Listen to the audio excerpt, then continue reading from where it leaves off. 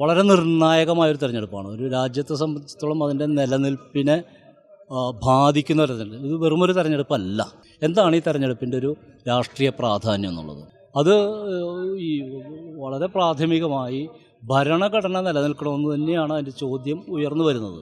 ഒരു രാജ്യം നിലനിൽക്കണമോ, അത് ഇതുപോലെ നിലനിൽക്കണമോ, അതിൻ്റെ മറ്റ് മതേതര മൂല്യങ്ങൾ, മറ്റ് രാഷ്ട്രീയ മൂല്യങ്ങൾ, ചരിത്രപരമായ പ്രാധാന്യം, അതൊക്കെ ഇതേ അർത്ഥത്തിൽ നിലനിൽക്കണമോ എന്നതും, അതോടൊപ്പം ഇവിടെ ഒരു കൂട്ടം മനുഷ്യർ ജീവിക്കണോ എന്ന് പോലും നിശ്ചയിക്കുന്നൊരു തെരഞ്ഞെടുപ്പാണ്.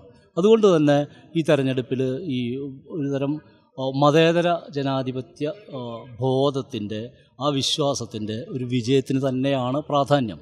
അതിനപ്പുറത്ത് വരുന്ന എല്ലാത്തിനെയും എതിർത്ത് തോൽപ്പിക്കേണ്ടത് മനുഷ്യനെന്ന നിലയിൽ എല്ലാവരുടെയും കടമ തന്നെയാണെന്നാണ് ഞാൻ വിശ്വസിക്കുന്നത്.